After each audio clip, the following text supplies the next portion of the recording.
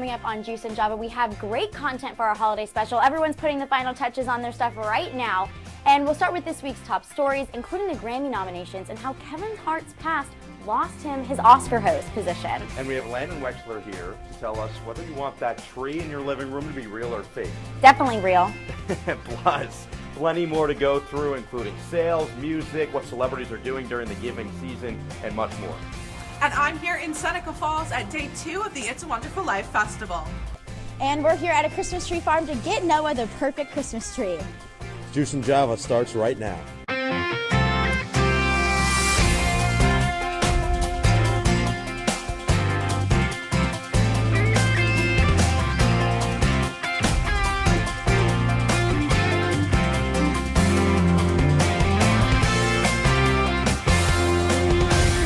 Good morning, and thanks for starting your morning with us. I'm Noah Eagle. And I'm Rebekah Castor. We'll be taking a look back at the top stories from this semester with a special edition of Your Morning Brew.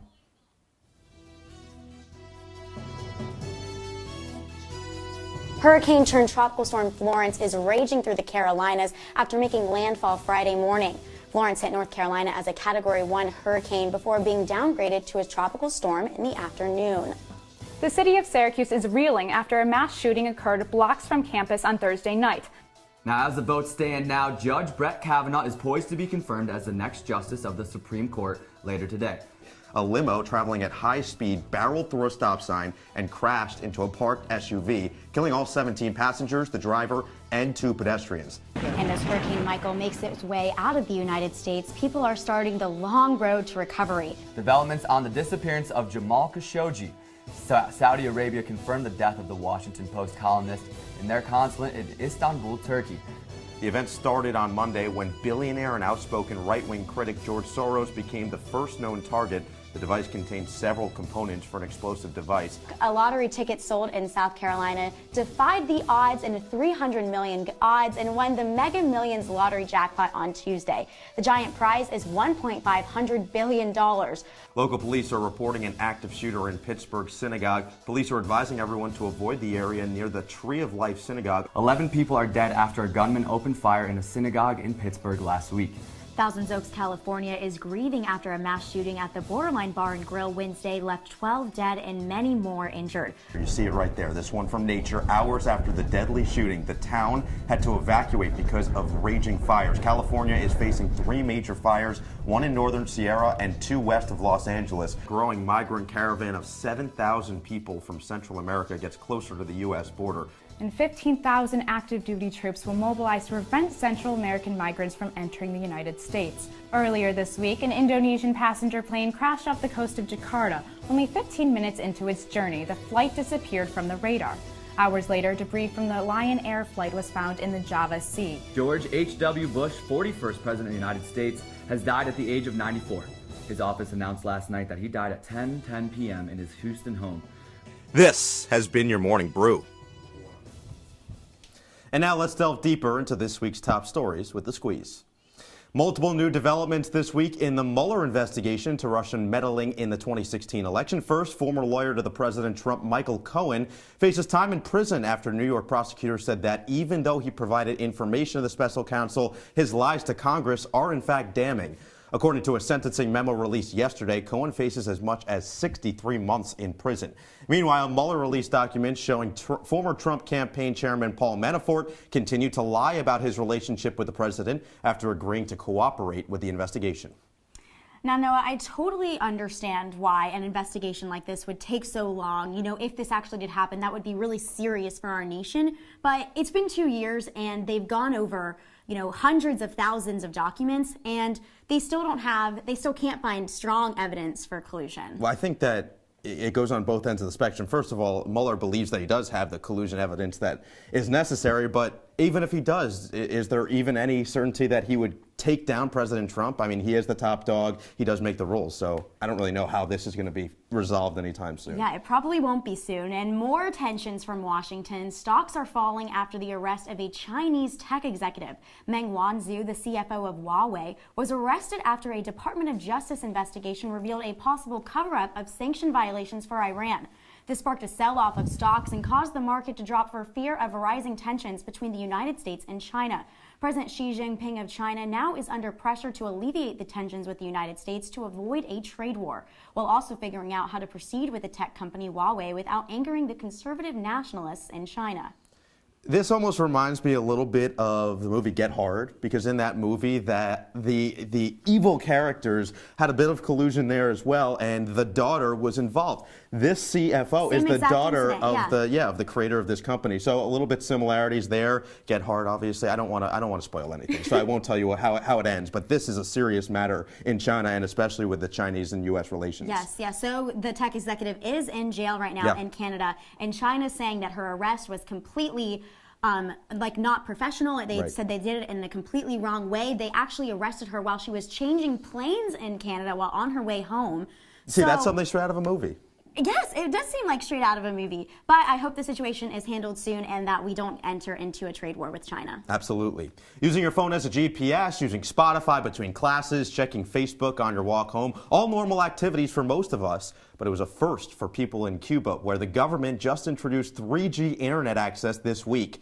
There are some caveats, of course. One must own a mobile phone, and the cost will be difficult to reach for some. The state telecom company, which has a monopoly of all telecommunications across the country, is offering packages ranging from $7 to $30 a month. However, the average monthly salary for Cuban workers clocks in at just $30. Well, it's not just $30 in China. In Cuba, yes. Excuse me. But, I think this is really great that Cuba now has this technology and it's available to the Cubans in that country. However, I wish it wasn't at $30 because I think it's not right that the tech company is taking advantage of people in this country and rising the prices. So while people do have access to it, it's not nearly as many people as we think. I think we have to look at this as a step in the right direction, though, because it is breaking through a block. It's breaking through one of those glass ceilings, so to speak. And can you even imagine walking to class and not listening to music, or just going on Twitter and seeing what the most ridiculous thing that was posted on the day was? I can't even imagine that, and that's what these people have been dealing with. So hopefully people will be able to have more access to it Seriously. soon.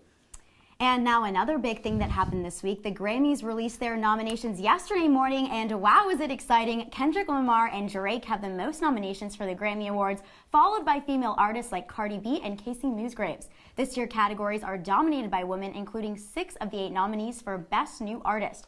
This comes after last year's controversy where male artists were favored in the nominations.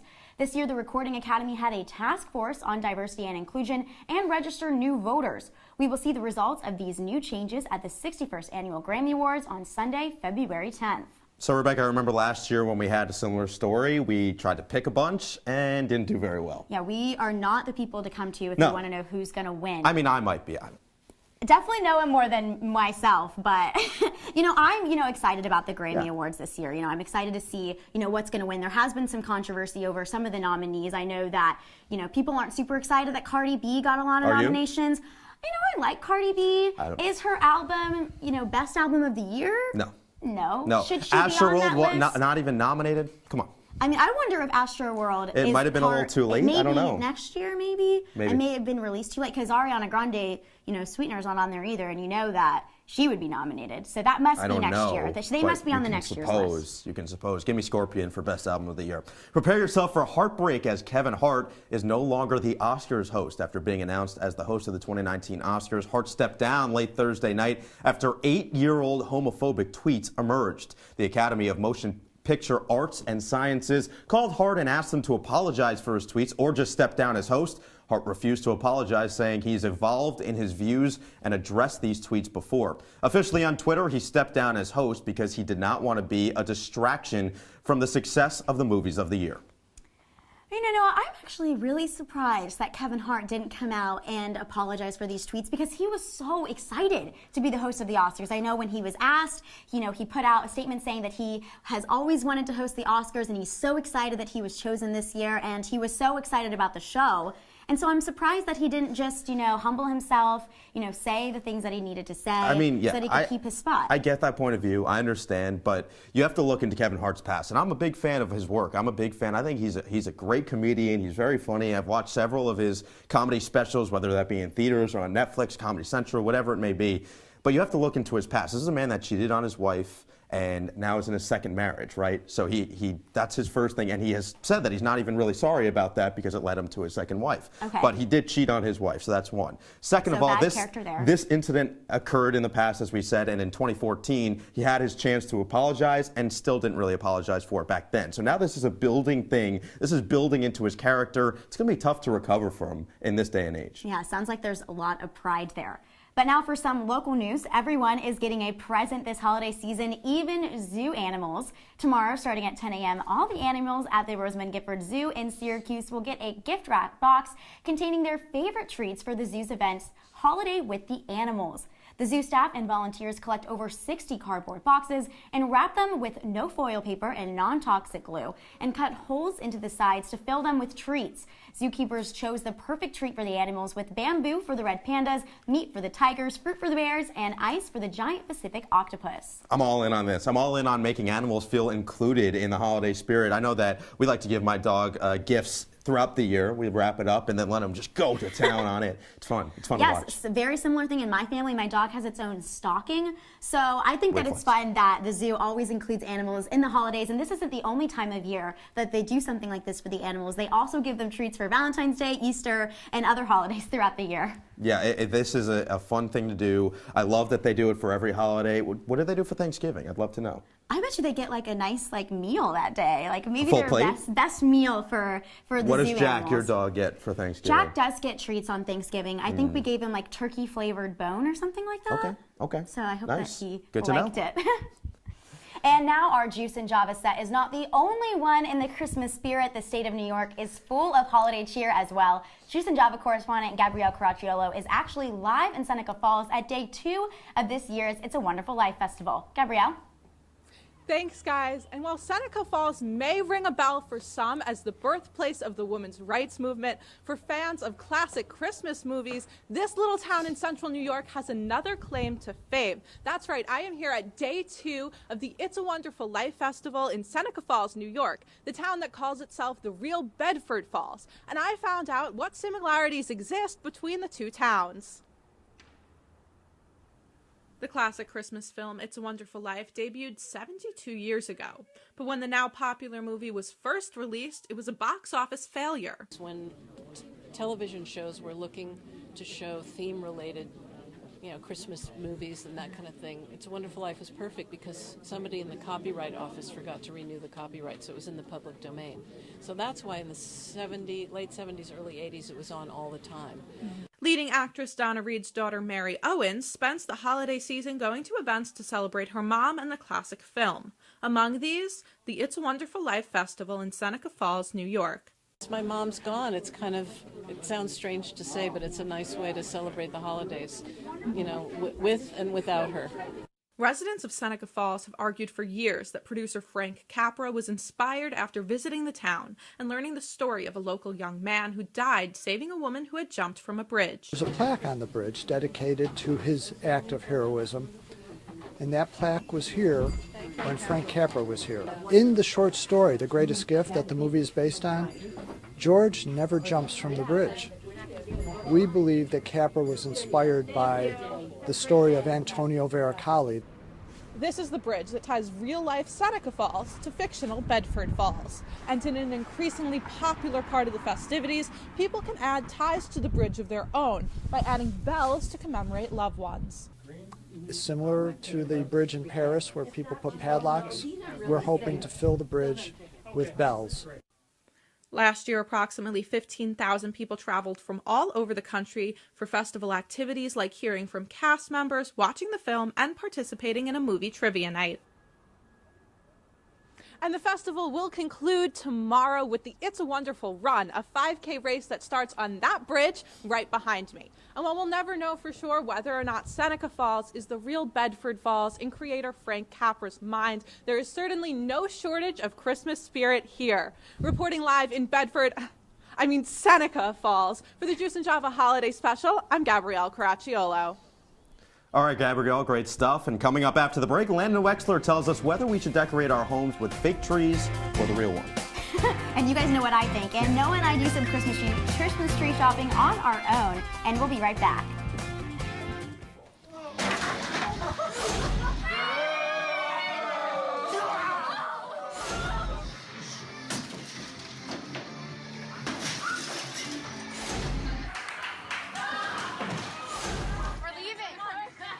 Most party fouls are pretty dumb. But if you decide to drink and drive underage, you could lose your license and your freedom. Underage drinking and driving. The ultimate party foul. They'll test you. Try to break your will. But however loud the loudness gets, however many cheese puffs may fly, you're the driver, the one in control. Stand firm. Just wait. And move only when you hear the click that says they're buckled in for the drive. Never give up till they buckle up. They call me Maxie, but I prefer tripod. I was your above-average four-legged homie, and then wham, bam, minivan. Some people pity me. Now that's lame. I still run, fetch, and swim. And the ladies love me. I'm the ultimate wingman. Just don't ask me to high five.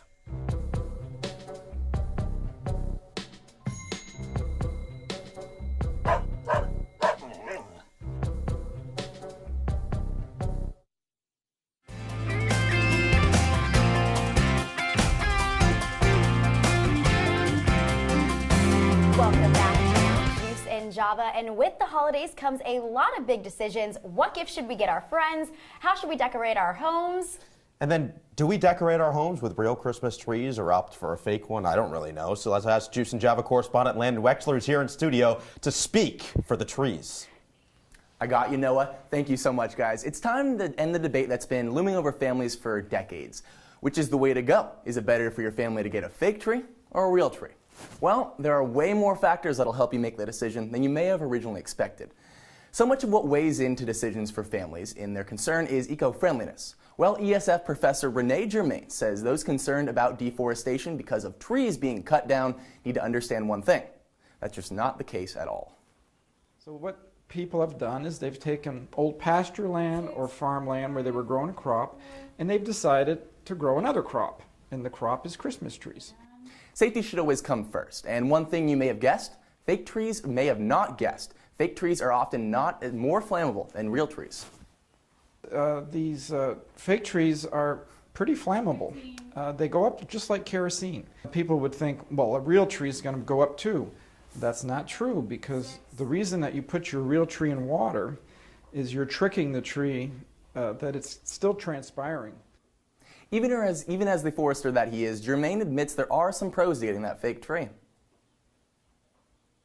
So on the fake tree side, they're clearly cheaper and more convenient. You go up in your attic, bring it down, set it up. Well, the action of going out and getting your family's Christmas tree is usually half the fun. And Germain tells us there are plenty of farms in the area that offer that full experience that you're looking for. Kids, they're always playing Christmas music. If there's snow on the ground, that makes it even more fun. As our weather woman Carmela can probably attest, at the rate that we're seeing snow now, we probably won't have any worries about seeing some of that snow at the tree farm too. There are some farms in the area, like Page's Christmas Tree in Manlius, Rocking Horse Farm in Jamesville, and Syracuse Christmas Tree in, well, you guessed it, Syracuse. To find your local Christmas tree farm, simply Google Christmas tree farms near me. I know, very profound information there, but it might help out. That'll do it for me. Thank you so much, guys. And Rebekah, I heard you dragged Noah to a farm to pick out your guys' own Christmas tree. You guys got a non-flammable and cost-effective one, right?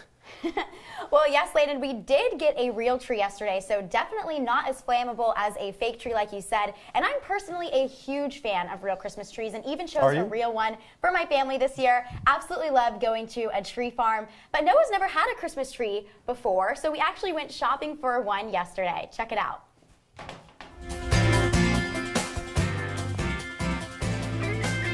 All right, so we just heard from Landon, and he was talking with some ESF professors about real Christmas tree, fake Christmas tree.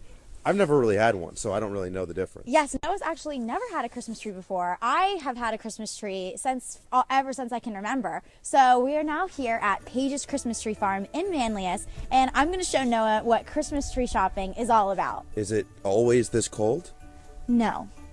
Okay. Let's go. So when it comes to Christmas tree shopping, there are all different kinds of Christmas trees. You got your Fraser fir, you got your balsam fir, but really you just have to decide What are you looking for? Do you want it to be tall and big, or do you want it to be more like a Charlie Brown Christmas tree? What I'm looking for personally, you named all those furs. I would just like regular fur. Regular fur. My feet are kind of cold, but I am looking for some nice ones. These are all beautiful, as are those. So. All right, let's check them out. This one here, you know, you don't like to have this like openness at the end. You know, you want it to be a full tree. You don't want to have any bare spots, so that's probably going to be a no. You see, like this one would stand nice and tall in a tree, and you have to think about the ornaments too. Like, how heavy are the branches? Do we have a Juice and Java ornament? We should get a Juice and Java ornament. That's your Christmas gift to me. There, you already thought of it right now. Wonderful. What about the tree? I'm gonna keep this one in mind, but I'm not dead set yet. Okay, I'm loving this one. Well, here's what I see about this one. Nice and slender. It's clearly been hitting the gym. It's like that slim fit coat that you could get. You know, something like this. Slim fit coat. Yeah. Looks good. I could see it. Yeah, and I. But not good enough. Oh, not good enough. Okay, Noah, show me which one that you think is the best. All right, so we're moving past here at Page's Farm in Manlius, which has been open for 20 years, which has been growing trees for 30 years. So we've got a long way to go to find that perfect one. By the way, getting a menorah much easier than this for Hanukkah than Christmas. Yes, Just gonna put it out there. It's a little cold out here for sure. For sure. But it's my first time. We got to find the perfect one. I may have to explore, but I think I finally got it. I know that you like a couple in the area, but I think this one right here. Really? Is the winner. I mean, it's small, it's easy. I'm not sure if they will let us cut it down, because I know we're not supposed to cut down the baby trees. That's not a. It doesn't like to be called a baby tree. This is the perfect Christmas tree. The perfect Christmas tree, right here.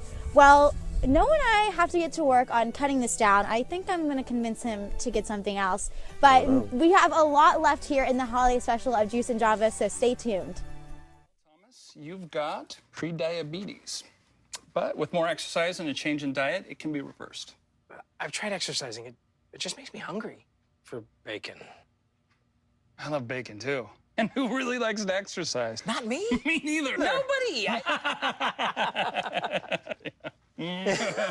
So we're good? What? Oh, you still have pre-diabetes. Big time. Here's your check.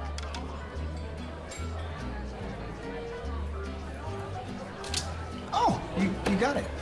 You know, since I got rid of my car, I really enjoy walking. Okay. God, no. Getting pulled over for buzz driving could cost you around $10,000 in fines, legal fees, and increased insurance rates. Oh, you're home early. You live with your mom? That'll set your game back a few years. Buzzed, busted, and broke. Because buzz driving is drunk driving. Come on, it's not that hard. My big man fingers are having a problem with these little tiny buttons.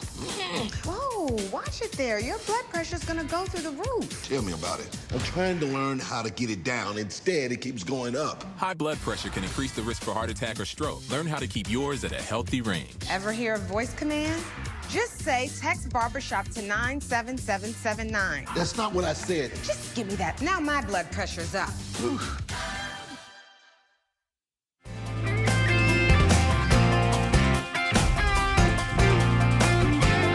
Welcome back to Juice and Java. By the way, I had a ton of fun with you getting a Christmas tree, just to put that out there, but it was very cold out there, and it's still pretty chilly. Are things going to get any better? Juice and Java correspondent Carmela Boykin is here to tell us. Carmela?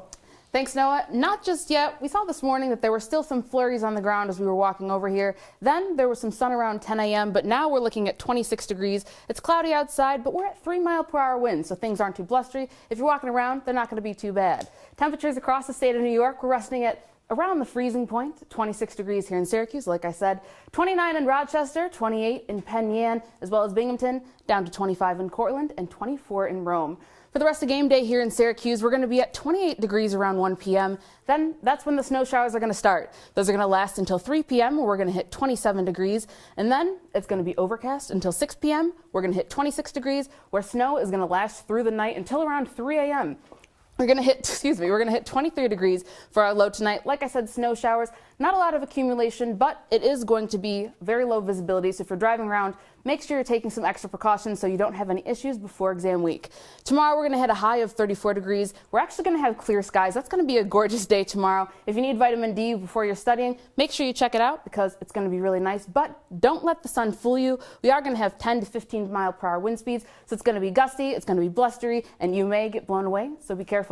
Looking at our 5-day, we're going to have a pretty cool week. Monday, it's going to be mostly cloudy. Tuesday, it's going to be cloudy as well, dropping down to a low 13 degrees. That's one of the coldest temperatures we're having so far this season. Wednesday, it's going to be mostly sunny with 29. And even on Thursday, although it's going to be cloudy, we're going to have 37 degrees. So that's almost 40. That's basically warm here in Syracuse. But if you're leaving, you're not staying around if your exams end up early. Looking at our national radar, you can see we're pretty clear except for this lump of precipitation. This is Winter Storm Diego. There's going to be a lot of snow, a lot of rain. So if you're headed over there, if you're headed down south for winter break, make sure you check your flight plans because you want to make sure that that your flights aren't going to be delayed or anything. And then that's mirrored in our national temperatures as well. If we move on to our next slide, we can see the temps. There we go. We can see in the Northeast, we got a lot of similar weather. We've got 20 degrees in Boston, clear skies as well as in New York and D.C. Down in Atlanta, we've got some rain as well as overcast skies in Dallas and Houston. And then we've got another day of sun in Los Angeles. Oop, if we go on back, you can see we've got another day of sun. I guess not. It's sunny in Los Angeles regardless. Moving in, if you're not going to stick around, if you're heading abroad, one of the places you could go is London. It's going to be definitely warmer there than here in Syracuse. 50 degrees in Dublin. In Lockerbie, Scotland, it's 44 degrees. Go Qs with some rain. Manchester's at 48 with some rain. And London's at 52. Why are we talking about London? Juice and Jaffer host Morgan Trout is here to tell us. Morgan? Thank you so much, Carmela. And you may think, Morgan, you aren't on this week, and where's Zach? Well, Zach and I will be on a little bit later, but for now, I'm going to be talking about how to prepare for going abroad. Yes, I'll be traveling over 3,000 miles to central London to study journalism. I'm so excited for my class with the BBC News Network, living with Juice and Java executive producer Isha, and definitely doing the classic tourist activities.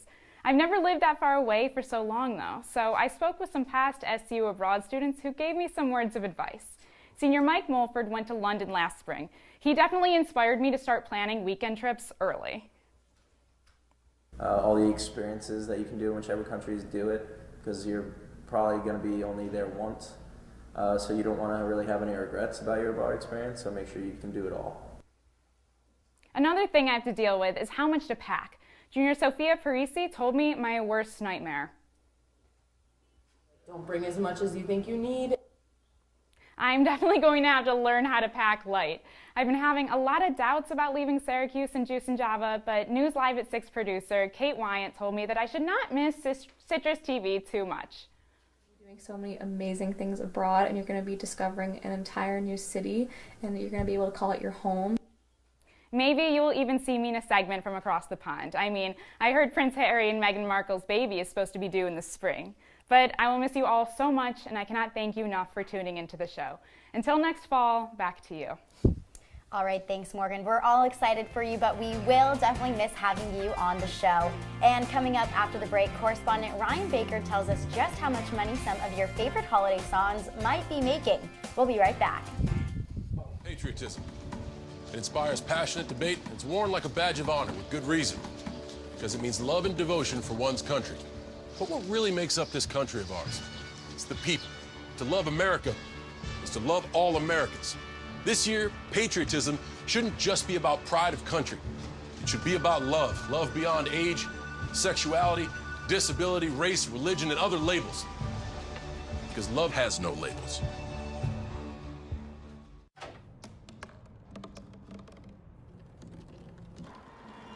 Everybody has a dream.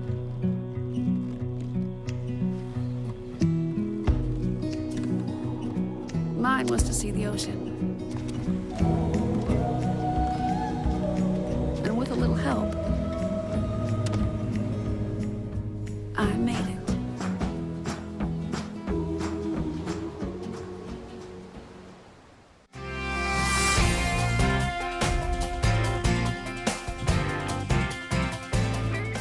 Welcome back to to Juice and Java. Now we are finally at the time of the year where it's no longer a debate whether or not it is acceptable to play Christmas music. Although I do have to say that Christmas music should only be played after Thanksgiving. Debatable.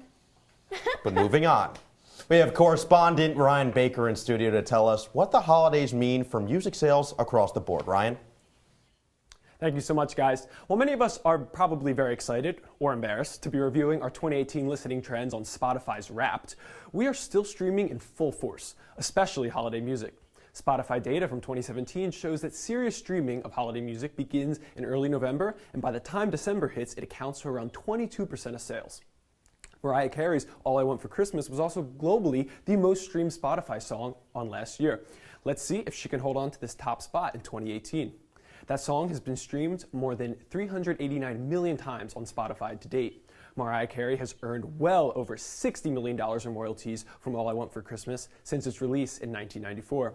Interestingly, The Economist reported that their calculations suggest there's a direct correlation between streaming revenue for All I Want for Christmas and the number of school snow days across America. Mariah Carey even remixed the song with Justin Bieber in 2011. This was a strategic move, as reports from Nielsen Ratings suggest that holiday music appeals to millennials more than any other generation. Millennials will definitely not be disappointed, as 2018 has proved to be full of new holiday music albums. John Legend released an album called A Legendary Christmas and co-hosted a corresponding TV special with his wife, Chrissy Teigen, on NBC, appropriately titled A Legendary Christmas with John and Chrissy. The couple featured a medley of A-list guests, including Adam Levine, Kelly Clarkson, and Stevie Wonder, who featured the album's track, What Christmas Means to Me. You'll also find new albums by artists such as Eric Clapton, Jessie J, Pentatonix, who have released 4 albums in the span of the last 6 years, and even William Shatner with his eloquently named debut album, Shatner Claus. And I would like to add a friendly reminder that it is the 7th night of Hanukkah, and although highly unlikely, I am still waiting on Adam Sandler to drop part 5 of the Hanukkah song. Back to you guys. All right, thanks so much, Ryan. I'm pumped about all the holiday I'm waiting for the Adam year. Sandler as well. I'm with you, Ryan. Tells us about the annual gingerbread gallery at a nearby museum. And correspondent Sunny Balkin helps us make our own gingerbread house. Stay tuned to see if ours is museum worthy. Just had her first breakup. Do you A, put yourself in her shoes? B, console her? Don't worry, sweetie. This is gonna happen a lot. Or C, find her a new boyfriend? Nice, single boys. That was weird. As a parent, there are no perfect answers. But you don't have to be perfect to be a perfect parent. Thousands of teens in foster care will love you just the same. They said I have troll teeth. That my voice sounded like a possessed baby doll. That no one would ever love someone as stupid as me. That I was fat, ugly. Disgusting. The effect of bullying is potent. We will no longer be the silent majority. Now, when you see online bullying, there's something you can do about it. We're gonna take action with the I. I am a witness. I am a witness. I am a witness. I am a witness. I am a witness, and so are you.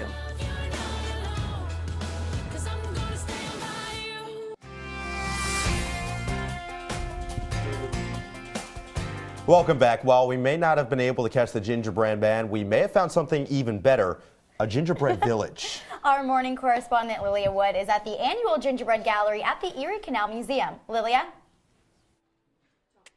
Thanks, guys. I'm at the Erie Canal Museum for their annual gingerbread gallery. The exhibit is open 7 weeks straight and has about 30 gingerbread creations. Now, I know Rebecca and Noah plan to make gingerbread houses in the studio, but you guys missed the boat on the selection process to be in this gallery this year. Although the museum has never had to turn people down, they send out their open call to everyone and anyone interested in September. Then the creators have to get in the holiday spirit a little bit early and build their houses in October and November. The Gingerbread Village was created in 1968, and each storefront only had one gingerbread house on display. The creations were completed and donated by professional bakers in the town, and at the end of the weekend, the gingerbread houses were auctioned off. A couple hundred people visited that weekend, and so the museum tradition has lived on since. Now, the museum is more of a community program rather than solely a fundraiser. I spoke with the executive director about how the gallery has evolved.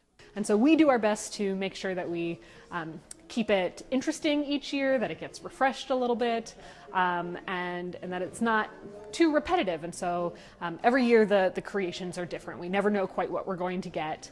But we did recently paint the gallery to try to just give it a different feel, a refresh really. Other than the exhibit, the museum also offers special activities with nursery schools as well as the public. There's actually a children's gingerbread workshop going on right now. And since the parents get a little too into making the houses with their kids, they also offer a gingerbread build and sip where they serve alcohol. While the museum gets a lot of tourists and people coming in throughout the year, during the holiday season, they see a lot more locals. But this time of year, the population that we're seeing is really local. So we see a much higher concentration of people from central New York that come in the wintertime. And this is a time of year that could be very slow for a museum like us. It starts to get cold, it starts to get dark, people get very busy, but because of the gingerbread gallery, it's not slow. We'll see about 6,000 people in between Thanksgiving and New Year's. If you guys are interested in putting your creations in the gallery, just know that they never offer a theme, but they heavily encourage Erie Canal themed creations. Some of the creations here right now are beach themed, traditional Christmas settings, a school, and there's even a lighthouse. So while you're here, vote on your favorite gingerbread creations and check out the rest of the museum. Now, Rebecca and Noah, are you guys ready for the gingerbread challenge? I hope so, at least, and we'll give it our best shot. We've got Sonny Balkin here to help us out and wage this gingerbread war. Yeah, I'm hyping it up. I hope you guys are excited. Now, listen, nothing to me says holidays like fighting with your loved ones. Yes, so of this course. is going to be the ultimate her. cookie competition. So it's going to be obviously Noah versus Rebecca. You're going to have 2 minutes. We're going to put up a clock, and when I say go, make the best gingerbread house possible. Are you ready? I'm going to judge you, by the way. Okay. So wait, do we just go? Just go. Okay. Go right now. Oh, okay. I don't know what to do with this. What is this? All right, so as you're doing this, I'm going to share some fun facts for you. Okay, so first of all, did you know that Queen Elizabeth I invented the first gingerbread man? I did not. Right? She was a very I thought it was multi-talented Shrek. woman. Very common belief for the Scottish, but the English know that it was Elizabeth. She used to make them in like the shape of her dignitaries, and then they like show up to her house and they'd be like, hey, like this is you in cookie form. So if you guys want a new holiday little trinkets to give out to your family, maybe think about making them in cookie form. Kind of cool. I mean, I would love that. I don't know if my family would love that because I don't feel like is eating each other a proper holiday tradition. If you're fighting, you might as well do the latter. I mean, it's okay. Now, do you guys make these with your family a lot? Yeah, so I feel like I have a little bit of a leg up on Noah right now. Do I just think stick the this on? It's gonna be difficult for me, but me and my cousins actually, every holiday season, we have one day where we all make our own gingerbread houses and we actually compete as well. My cousins are very artistic though, so I always lose then. So maybe today will be my moment. Listen, I just want to say that before this, you got 50 seconds on the clock, but I even told them, I'm like, if I was a gambling woman, I would bet on Rebecca. No offense, Noah. I think I'm in the right here. I don't want to discourage you. You still got 40 seconds. You could Don't rush me. Don't rush me. No, he's got this. I think he's doing calligraphy actually on the side, so that's new. I didn't expect that. Throwing in some Egyptian. Actually, the Egyptian also used gingerbread in their cooking, so isn't that kind of interesting? Gingerbread is made out of molasses. Noah, I think that the most important thing is that points count. No matter who wins, you both are obviously, having fun, and maybe we'll put these in the MoMA afterwards because they truly are looking like modern art over here. All right, guys, you got 10, 9, don't panic, 7, 6. I'm panicking. 4, 3, looking great, 2, and 1. Guys. So, just so I can clarify, mine does say goat on it. Oh, okay, yeah. I thought it was a very injured snowman. Mine but has it a nice goat. smiley face. It says goat and E, which is my initials, so I feel like that has to count for something. You know what? You killed all your gingerbread men inside, obviously, and I hate to judge this preemptively, but look at that. Rebecca, she got like multiple candies on it, little sprinkles. The roof and the base is still like attached to the plate. Mine's still standing. Mine has a firm foundation. I would live in this gingerbread house. Yeah. This was a poor performance. All right, if you guys had to judge yourself, who did a better job? Me. All right. Noah? Mine says goat, but I clearly did not become grind out a goat performance, so I'm going to have to go with Rebecca. You know what, guys? Congratulations. Thank you. It's okay. Thank you.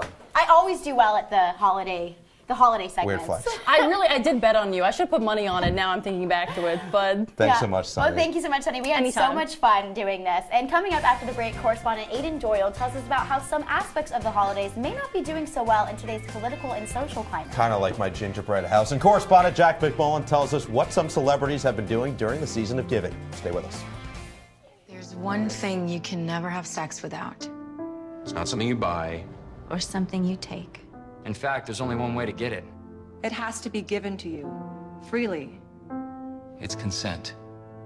Because sex without it isn't sex. It's rape. Consent. If you don't get it, you don't get it. It's on us to stop sexual assault. Learn how and take the pledge at itsonus.org.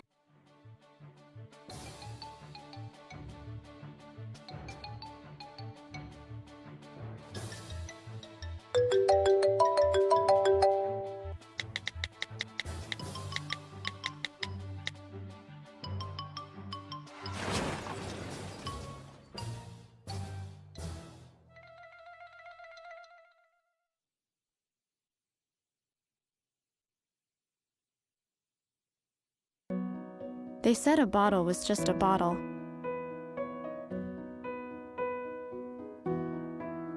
That no one would ever notice me.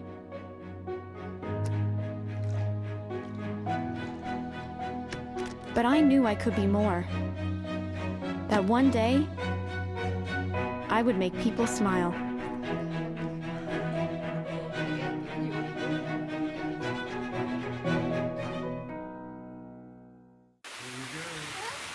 Here we go. We're gonna go out there in the rain. It's gonna get wet. All right, here we go.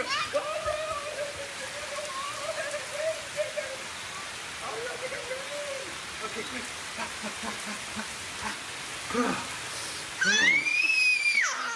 Oh yeah, yes.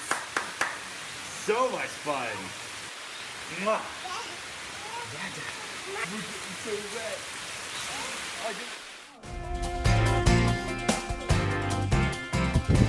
Welcome back to Juice and Java. Now, the holidays are time for family, and for families across the country, no politics at the dinner table is a golden rule. Definitely in my family, but this December, some holiday classics are under fire, making it harder to separate the political debate from holiday cheer. Juice and Java correspondent Aidan Doyle is here in studio to break down this debate. Well, thanks, guys. Without a doubt, we are in the midst of one of the most tense political climates in American history. It seems every day a new issue emerges and the country divides itself. Well, this December, some well-known holiday classics are finding themselves at the center of debating where tradition ends and insensitivity begins. Take the Rudolph the Red-Nosed Reindeer TV special. It airs every year and everyone knows the story, but after it aired last week, social media saw significant pushback against some of its messages. In fact, the Huffington Post called the special problematic, citing characters like Santa, Rudolph's father Donner, and Comet the Flying Coach for discriminatory, misogynistic, and abusive behavior, only experiencing a change of heart after realizing they could exploit Rudolph's nose.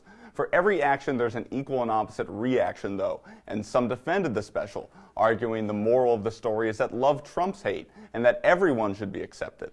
Rudolph is not the only classic under fire, though. WDOK radio station in Cleveland made headlines after announcing they would no longer play Baby It's Cold Outside over their airwaves, saying the song has no place in the time of the Me Too movement. Other stations across the country followed suit, refusing to play the song, which includes lines like "What's in this drink?" and the male voice pleading for the female to stay despite being told no. Some say it promotes date rape, but defenders of the song claim that when it was written in 1944, it was a different time, and the composer's daughter says her father had no ill intent. What the future holds for these classics is unclear, but the debate is sure to be fierce on both sides. All right, thank you so much, Aidan. And though it is tough to hear about some of our childhood classics being taken away.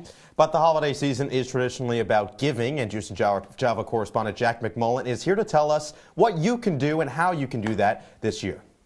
You guys, it's the season of giving, no? I mean, I just put a ragtag Christmas tree to behold together with a couple of my friends this past week. And how about Universal Pictures giving a private screening of its new movie, The Grinch, at 17 children's hospitals? Universal's partnered with Lollipop Theater Network, which is an organization that caters to children who are confined to hospitals with health issues. The private screenings showed around the country this past Tuesday, Wednesday, and Thursday. The movie's in theaters now at the majority of theaters around the Syracuse area. But it's also the season of dishing out hardware, and that's what media monitoring company Brandwatch did earlier this past week. Brandwatch declared pop star Taylor Swift as 2018's most influential person on Twitter. Now, weird considering Taylor's only had 13 original tweets this calendar year, right? Well, her influencer score of 98, which is based on a whole bunch of advanced metrics that mostly flew right over my head, was one better than One Direction's Liam Payne's 97. Swift could have gotten the edge because of who exactly she does the whole Twitter thing with. Brandwatch says one of the main criterion for being most influential is engaging with other influential people on the site. And Golden State Warriors guard and former NBA MVP Stephen Curry is giving a young girl a chance to move like Steph. 9-year-old Riley Morrison ran into this problem when trying to purchase new basketball shoes. You can customize them on boys. And you used to not be able to customize them on girls. 9-year-old Riley Morrison was... So Morrison took action. She penned a letter to Curry herself asking why Steph's signature Curry 5s by Under Armour weren't in girls' sizes. And guess who responded? So surprised because he's such a busy person. I was not expecting anything like that. I was just expecting Under Armour to see it, not say anything, and fix it. Now, Curry made sure to send Morrison custom Curry 5s, promised she'll be at the front of the line for the release of his Curry 6s when those hit the shelves, and teased an invite to the Bay Area in early March for International Women's Day. Now, I want to give you guys something. I want to give it back to you. Thanks so much, Jack. Awesome stuff. After the break, we'll talk more about the news on campus, and Connor Federico tells us about the latest in SU sports. Plus, find out what precautions you should be taking to make sure your valuables are safe when you leave for the holidays, especially if you're living in a dorm. We'll be right back. Those guys. Are you good to drive? I'm fine. How many did you have? I should be fine. You should be. Go and step out of the vehicle for me. See ya, buddy. Good luck. So turns out, buzz driving and drunk driving, they're the same thing, and it costs around $10,000. So not worth it.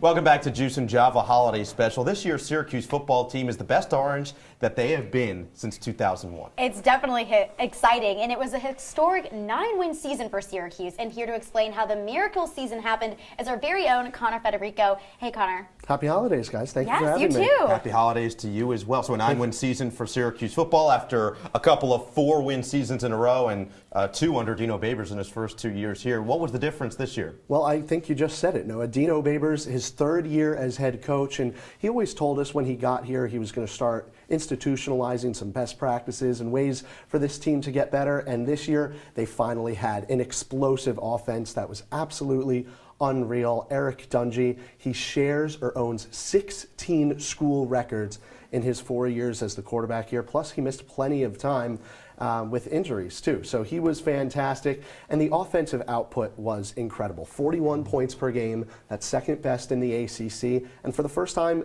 in 17 years, the Orange won all 6 of their home games in the Dome. So, I mean, it's been a historic season for Syracuse. All 3 of their losses, good losses. Clemson, Pitt, and Notre Dame. 2 of those teams are in the college football playoff. So it's been an incredible season for the Orange. Pretty impressive with a top 20 offense in the entire country. Yes, I mean, I'm so excited this is happening for us our senior year, and I'm so excited that they made a bowl game too, the Camping World Bowl in Orlando, Florida. So they're playing West Virginia. What do you think? How we're going to stand up against this opponent? Well, West Virginia's a really good team, but we actually have some breaking news this morning that their star quarterback, Will Greer, he isn't going to play. Wow. So that's definitely going to be a problem. That's big news. He was a Heisman hopeful early in the year. Yeah, and he's going going to be a guy who's going to get drafted in the first round. And one of his key offensive linemen, he's also skipping. He thinks he could be a first-round draft pick too. But you just said it, Syracuse, a top 20 offense. So is West Virginia. They're even better than the Syracuse is in Big terms 12. of points per game. Right. So these are both two high-powered, high-scoring offenses, and it's going to be really fun. West Virginia, by the way, playing in their 5th Camping World Bowl. They're 0-4 in this bowl game. So does that mean they're due, or? I don't know. Maybe it's an advantage for SU. We'll see.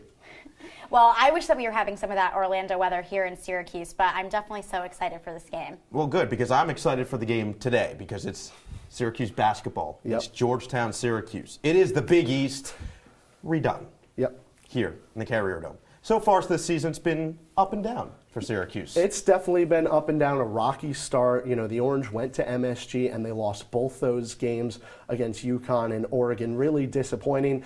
Syracuse has won 6 games, but it's been with poor shooting. I mean, the Orange is ranked 240th out of 350 teams in the country in scoring offense and 310th in three-point shooting. It's been bad, and Coach Boeheim has publicly criticized the team multiple times, but they do have that really good win against Ohio State where Tyus Battle put up 20 points. So yeah, they're trending in the right direction. That was a game that they looked like they could beat anybody, and I know that any Syracuse fan wants them to beat Georgetown today, so do they do it? Absolutely. I mean, this is a Georgetown team that is 7-1, but don't let their record fool you. They haven't played anybody really good yet. Syracuse is going to be their first big test of the season, and man, I'm looking forward to it. The Dome should be packed today. Everybody should make sure that they get over to the Carrier Dome, get a good seat, because it is going to be really exciting. Syracuse leads this series 50-43 all time, and Georgetown starts 2 freshman guards, and Tyus Battle and Frank Howard, the junior and the senior, are going to have to take advantage of that. Absolutely. Yeah, thank you so much, Connor. Definitely hoping for a Syracuse win today. And now 2 years ago during the Georgetown game, it happened on the same day students were supposed to be getting out of their buildings. That's right. Students needed to have all their belongings out of the dorms by noon at the same time as tip-off. And as you can imagine, this was a huge problem for students who wanted to go to the game but had no place to keep their belongings. Yeah, definitely stressful there too. But unfortunately, students in dorms are facing the same exact problem for next Saturday's game against the Old Dominion Monarchs. CitrusTV's Anna Zalian talked to officials about what students could do, as well as how they could keep their belongings safe when they leave their dorms for the winter break. 1 week from today, residence halls will close for winter break. On the same day, the Orange will take on the Monarchs in the Dome. One residence director has a message to those planning on going to the game. We want you to enjoy the basketball game. Go have fun. But you need to have all of your belongings removed from the room before the basketball game starts. Odermatt says the rule doesn't have much of a loophole. She says after 12 p.m., any student trying to access a dorm is considered trespassing. We typically have to get DPS involved if the student's giving us a lot of trouble. We don't want to do that. We don't like doing that. That's why we post so much information to try to help students realize they need to get out. And going from tip-off to safety tips, Odermatt has some advice for students. Other than just locking your door, Odermatt has some other tips to keep your belongings safe. One of those tips is taking anything like your laptop or expensive jewelry home with you. All the doors will be locked, but I still recommend that just, since it's some serious valuable stuff, to take it home. For a full list of things to do before leaving campus, talk to your RA or residence director. Anna Azalian, CitrusTV News. Definitely very stressful, but after this break, we'll be back for one last time with our other Juice and Java hosts, Zach Allen and Morgan Trow, to give you some crazy stories you may have missed from the week. Juice and Java will be right back. All right,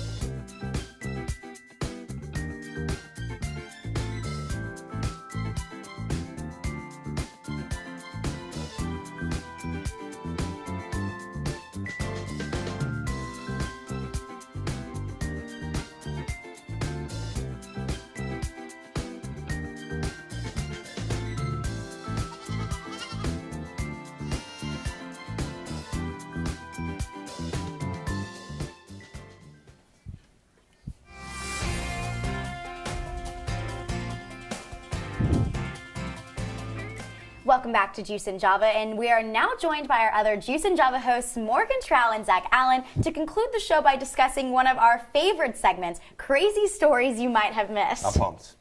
Oh, I'm very excited. Okay, love this segment, love this edition this year. So we're going to start off with our first video of this week right now. So, okay, so right here, this is a reporter, and he's about to shoot the ball, and he makes that half-court shot while facing away while interviewing a Harlem Globetrotter, and the anchors in the studio loved that. I don't know if he practiced that before. That's amazing there. What do you guys think? It's fake.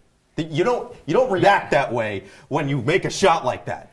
You think that's fake? That's like, no way. You can't fake that. You can't fake that. The camera shot didn't move Modern at technology. all. Plus, I respect this man because on Twitter he said, "I'm actually an MMJ, not a reporter, because I make mid-range jumpers." I Boom. Mid-court jumpers, first of all, and I dislike that. I dislike. You think he was too conceited with it? Yes, fake. You can't just walk off. If I made that, I would be losing my mind. He left the building. He walked out in a very mannerly fashion. Whatever, I can't talk about this. I get too heated. What about this man on a surfboard in California, the Pacific Coast Highway, Oceanside, California? Yeah, you can see he's got those tasty waves. He just goes a little bah, bah as he goes through, riding on the back of the car. I love this. I'm a huge fan of this. He dropped into I-95, whoop-bang! Yeah. Came in, got totally pissed, bro. Exactly. Just riding those tasty waves all the way through. How do you not think the last one was real, but you think that one is more real? I mean, you can't deny. I mean, he's surfing. Yeah, what do you mean it's not real? This is something that Noah and I have dreamed about for quite some time. The last one was fake. Like that, both of them are clearly real. No, he staged the shot, but I mean, I know that they staged this surf, but it's he clearly did this. I don't really know. You guys know what this is not reminds me of?